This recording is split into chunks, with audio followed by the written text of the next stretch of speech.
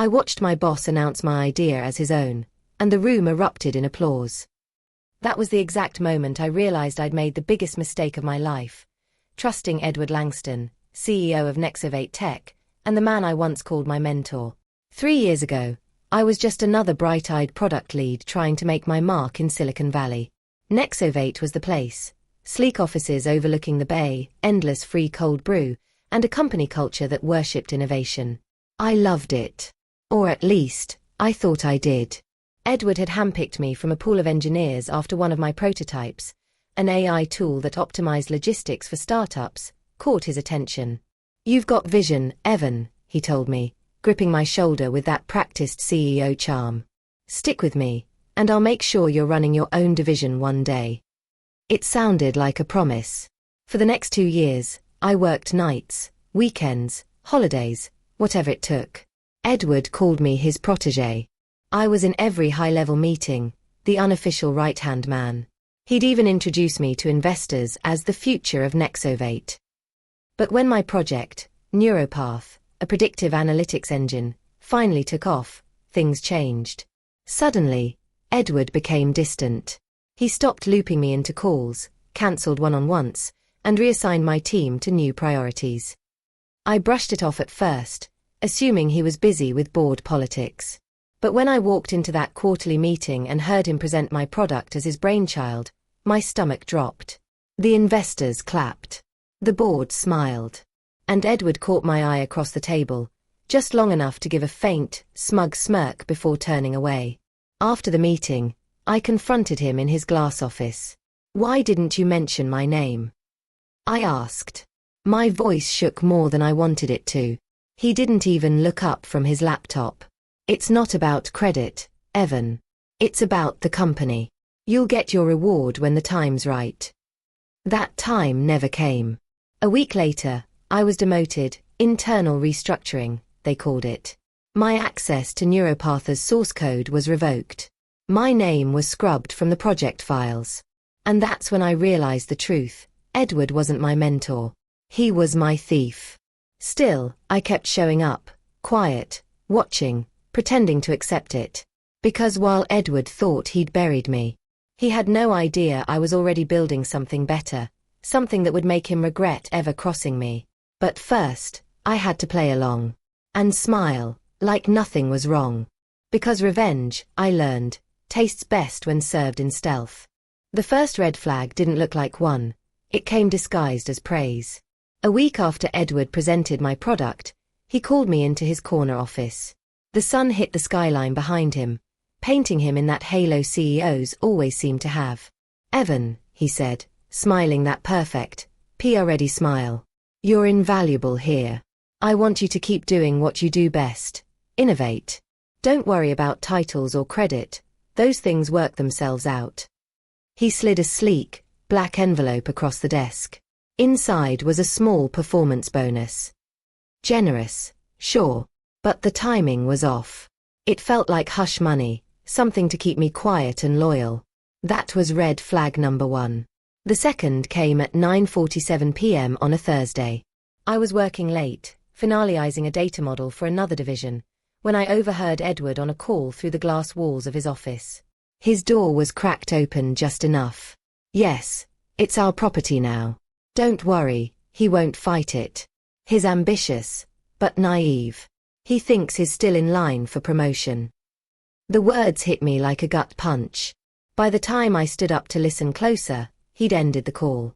When I asked who he'd been talking to the next morning, he said, "Just a board member. You wouldn't know him." I did know him.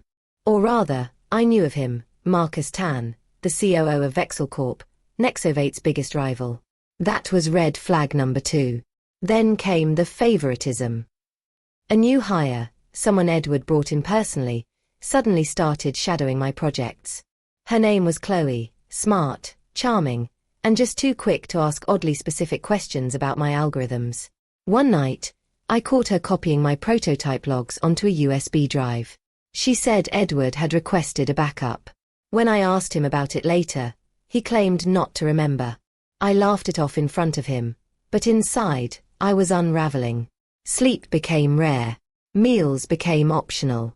I kept replaying that boardroom applause in my head, the one that wasn't mine. Every time I looked at Edward, that smirk haunted me, like he knew exactly what he'd stolen, and that I couldn't prove it. And yet, part of me didn't want to believe he'd betray me that deeply. He was the reason I'd gotten my start. The reason I believed in Nexovate in the first place. But the unease kept growing.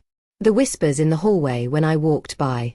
The sudden missing files from our shared drives. The way my security badge started failing in restricted zones I used to access daily. Something was happening behind the scenes. Something calculated. I just didn't realize then. Edward wasn't just trying to bury me. He was laying the groundwork to erase me completely. I didn't find out about the betrayal from Edward himself.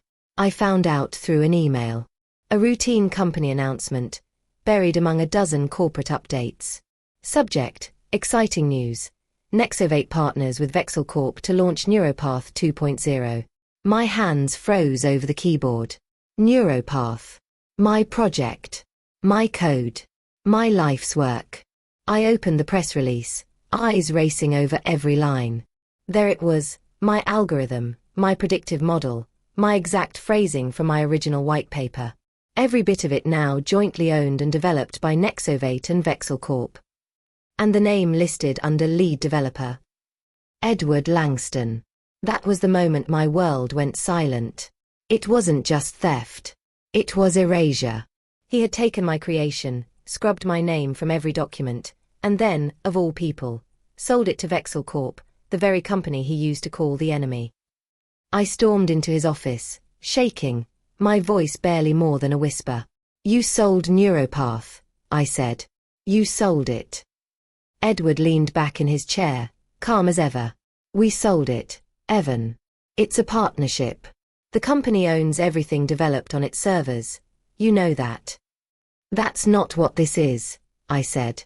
You know damn well you stole my code and presented it as your own. I built that model from scratch. He gave a slow, tired sigh, the kind bosses use when they've already decided you're beneath them. You're young. Brilliant, sure. But naive. You built it here. With our resources. And you think you deserve ownership. I wanted to scream.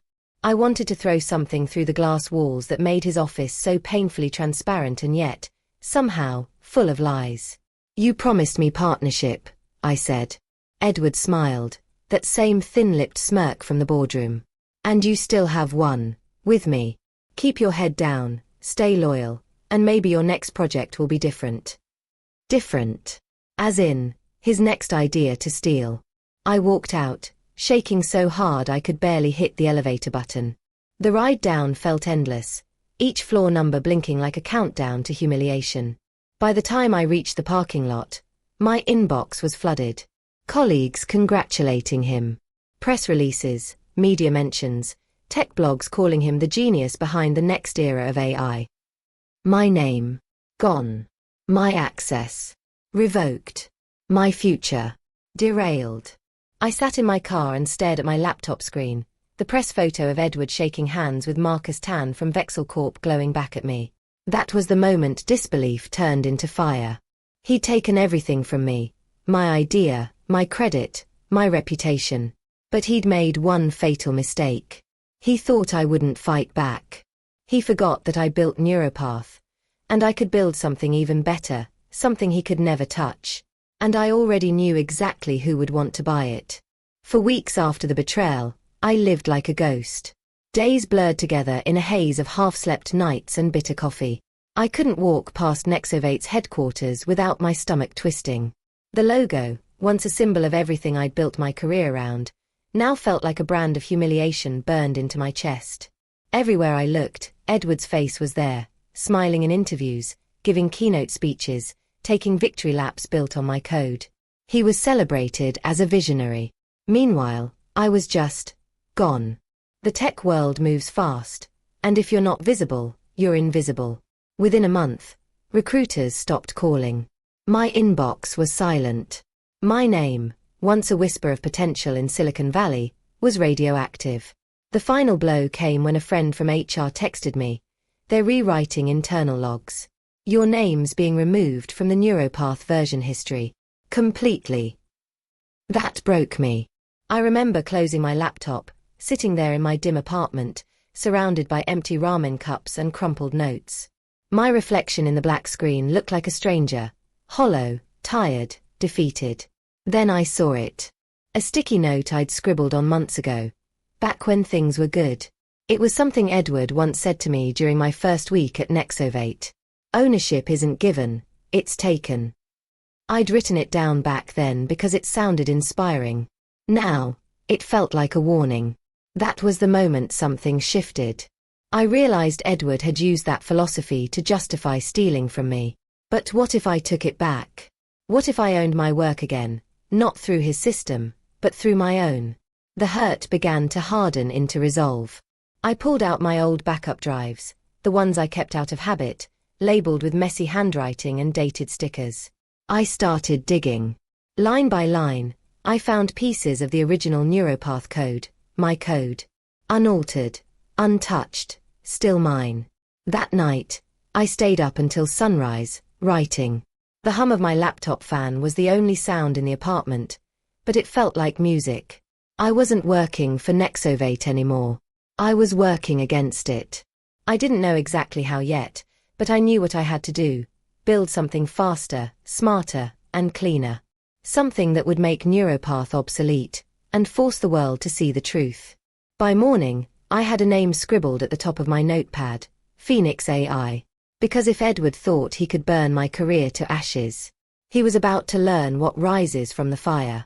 For weeks after the betrayal, I lived like a ghost. Days blurred together in a haze of half-slept nights and bitter coffee. I couldn't walk past Nexovate's headquarters without my stomach twisting. The logo, once a symbol of everything I'd built my career around, now felt like a brand of humiliation burned into my chest.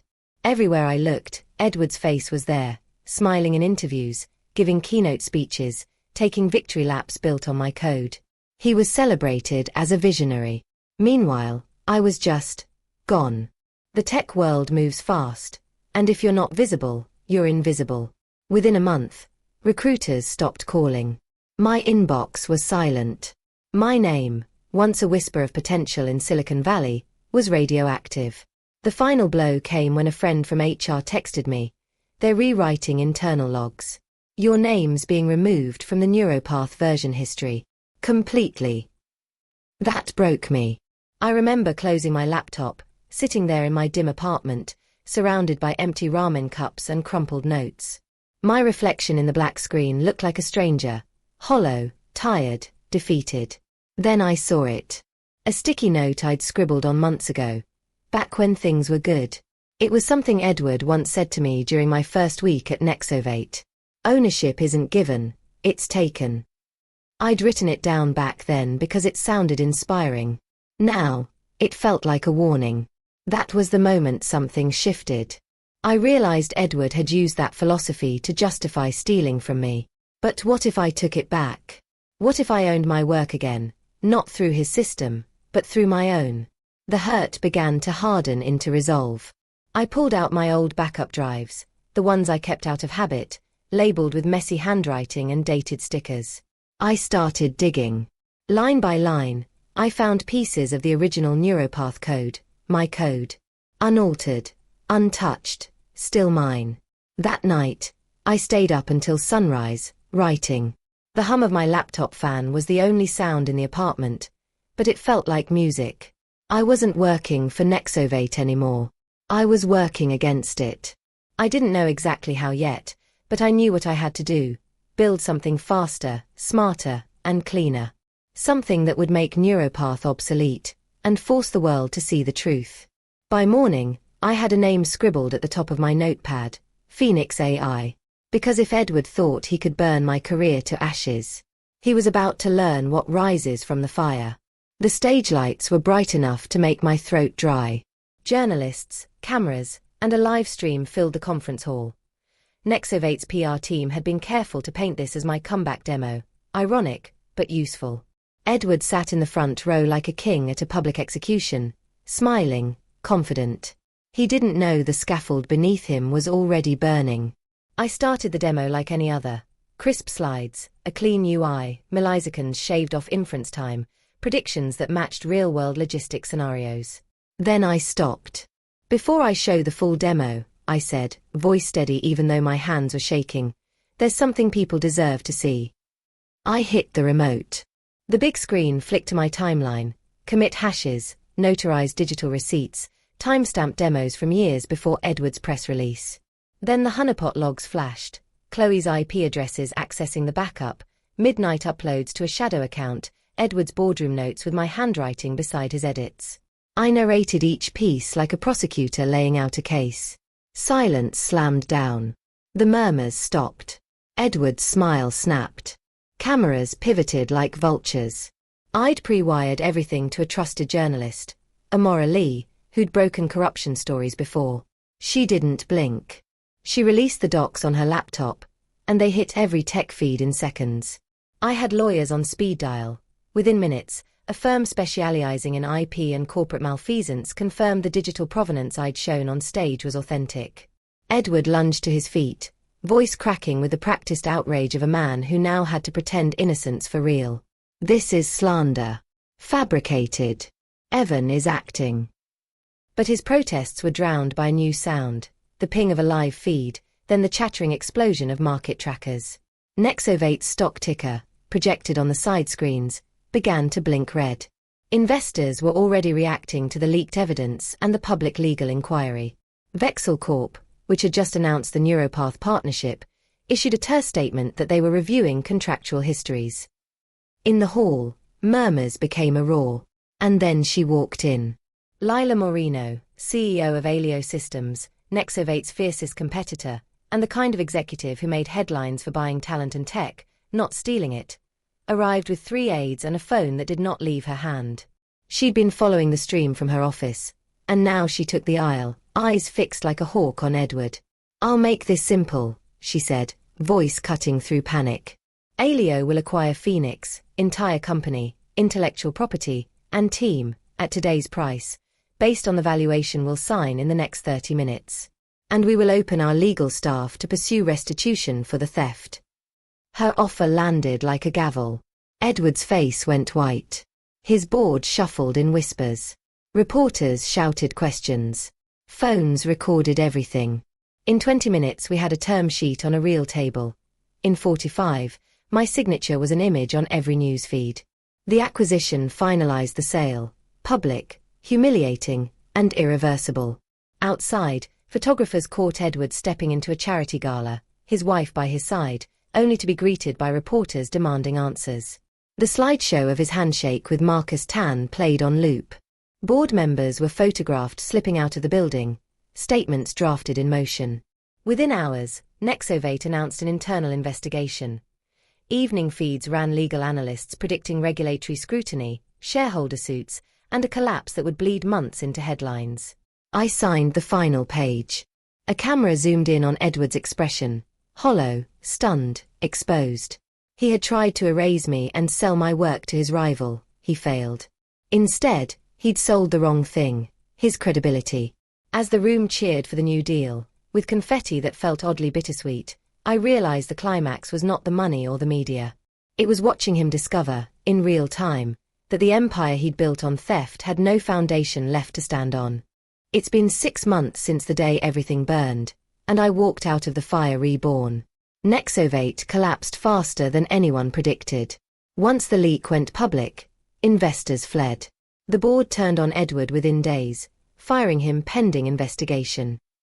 Legal probes uncovered falsified signatures, hidden bank transfers, and a trail of NDAs meant to silence people just like me. Now, his LinkedIn page sits untouched, the once perfect profile photo grayed out, the comment section a battlefield of betrayal and disappointment. Rumor has it he tried to start another company under a different name. No one would invest. His empire of glass shattered the moment the light hit it. And me. Alio Systems honored every promise. Phoenix AI launched 3 months ago and broke every industry benchmark. They didn't just buy my code, they gave me a platform, a team, and the respect I'd been denied. I became the story, the underdog who outsmarted the CEO who tried to erase him. The first time I walked on stage at Alio's annual summit, the crowd stood. Reporters shouted my name. For a second, I froze, half expecting Edward's shadow to appear somewhere in the back row, that smirk waiting to haunt me again. But there was no Edward. Just applause. And when I demoed Phoenix's real-time analytics engine, the one that made Neuropath obsolete in seconds, I didn't feel vindictive. I felt free. Freedom, I've learned, isn't about destroying the people who wronged you. It's about taking back what they tried to convince you was never yours. The night after the launch, I walked along the bay outside Alio's HQ, the same skyline that once looked down on me when I was just another overworked dreamer in Nexovate's labs. The water reflected the lights of the city, calm, steady, mine. I thought about Edward, about his words that once inspired me, the same ones he used to justify his greed. Ownership isn't given, it's taken. He was right. Only, he never understood how. Because ownership isn't about stealing credit. It's about earning it back, with proof, patience, and the kind of quiet fury that forges legends. Now, when people ask how it felt to sell my startup to the rival of the man who tried to ruin me, I just smile. Poetic justice isn't loud. It's the sound of your name being applauded while your betrayer watches from silence. So, tell me, have you ever been betrayed by someone who thought they could erase you? Drop your story in the comments. I read every one of them. And if you believe in comebacks, in karma, in taking back your power, hit subscribe. Because this is only the beginning.